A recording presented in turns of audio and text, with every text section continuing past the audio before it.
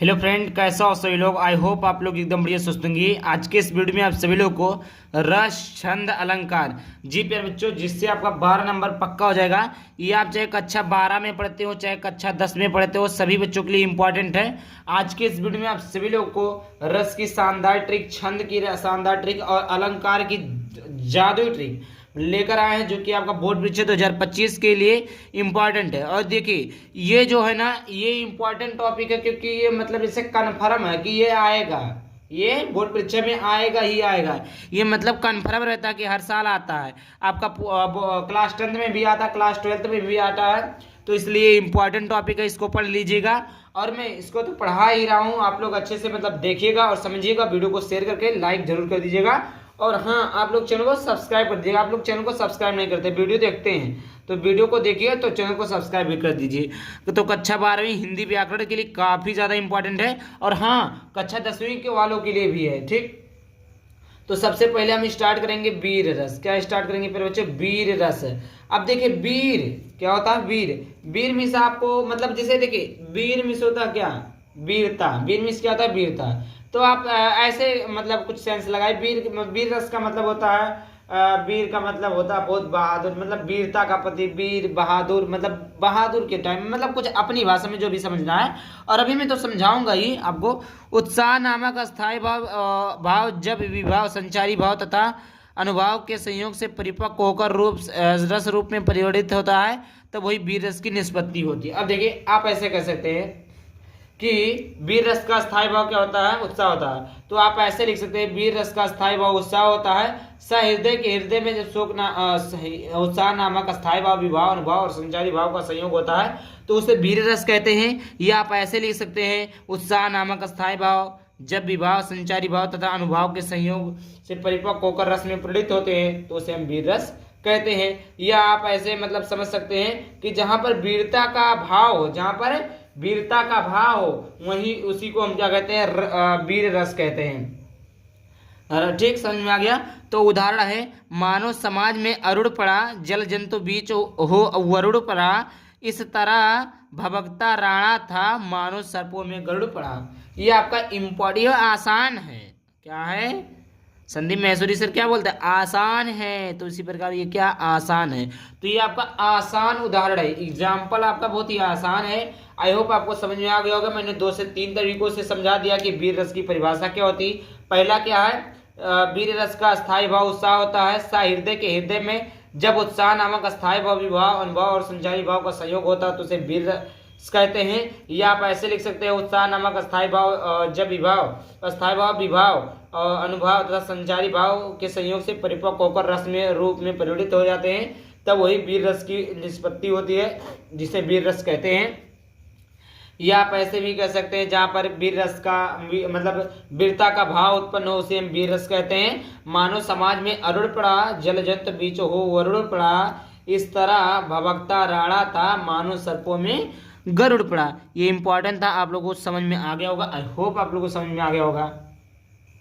और हाँ देखिए, जैसे क्लास 10th और 12th में आप पढ़ते हैं ना, और आपको भी परीक्षा की तैयारी करना, परीक्षा बहुत नज़दीक आ गया, तो आप मुझसे खरीद सकते हैं मात्र 49 रुपये में Hindi, English, math, science, social science, Sanskrit, art की संपूर्ण पीडीएफ आपको मिलेंगे। मात्र 49 रुपये में मिलेंगे 150 से अधिक पीडीएफ।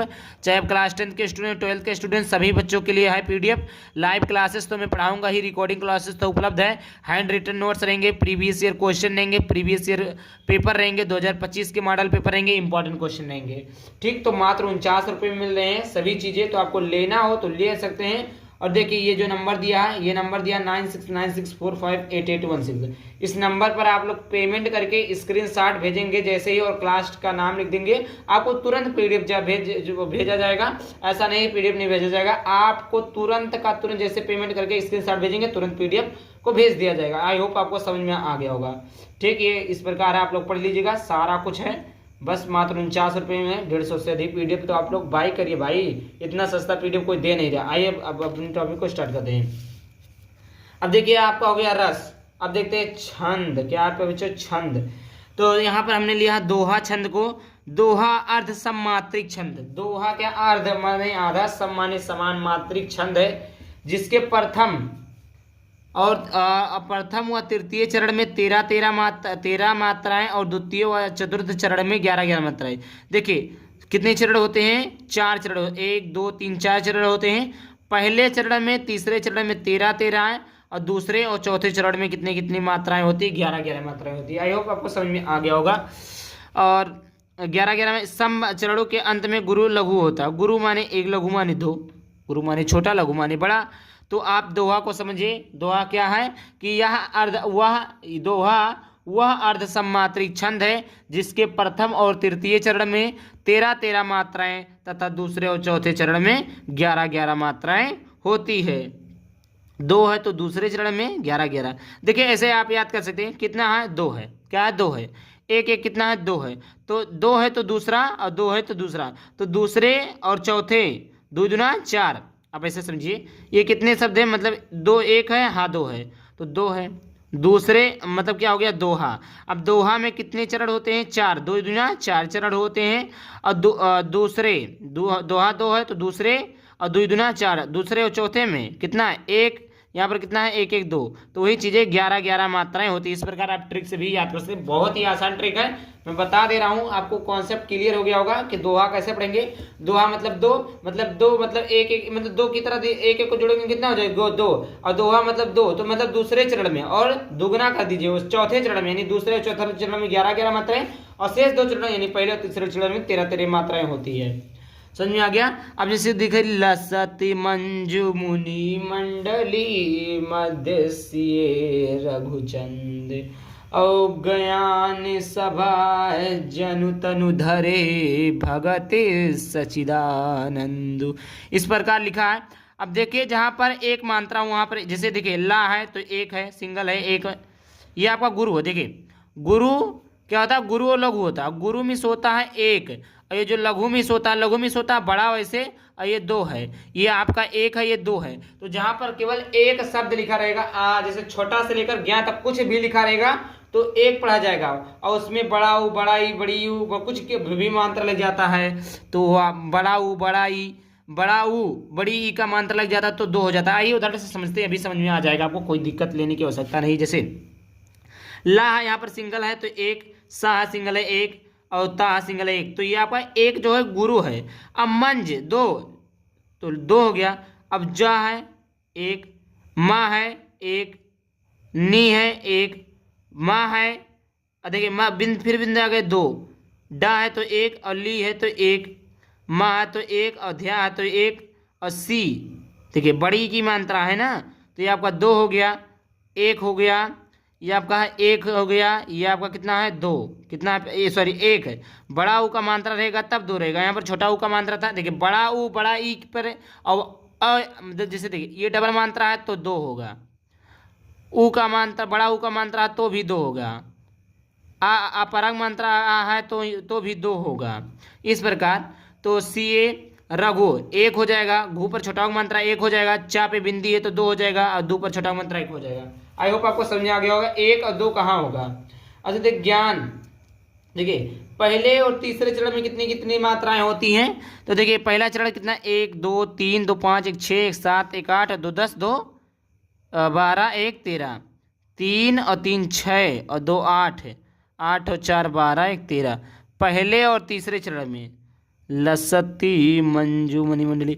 इस प्रकार इसमें भी होगा, 1 इसका 2 इसका 1 इसका 1 इसका 2 इसका 1 1 1 1 1 1 2 2 4 2 6 और 3 9 9 3 9 3 कितना हो गया 12, कितना है तीसरे चरण में 11 होता है। सॉरी यहाँ पर देखिए ज्ञान 1 रहेगा, 1 1 1 धरे 1 नहीं 1 1 2 3 5 और 3 8 3 11, राइट 11 हो गया। इस प्रकार इसका भी आप लोग कर लेंगे। अब आइए देखते हैं वीर रस हो गया, छंद दोहा हो गया, छंद हो गया। अब अलंकार देखते हैं।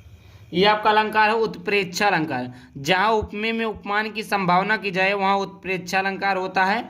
उदाहरण है, सोहते ओढ़े पीते पटु श्याम सलोनि गात, औ मनो नील मने शैल पर आपते आप परो प्रभात। उत्प्रेक्षा अलंकार है जी पर बच्चे, जहां उपमे में उपमान की संभावना की जाए उत्प्रेक्षा अलंकार। सोहत ओढ़े पीत पटु श्याम सलोने ज्ञात मनु नील मन शैल पर अतः परो प्रभात।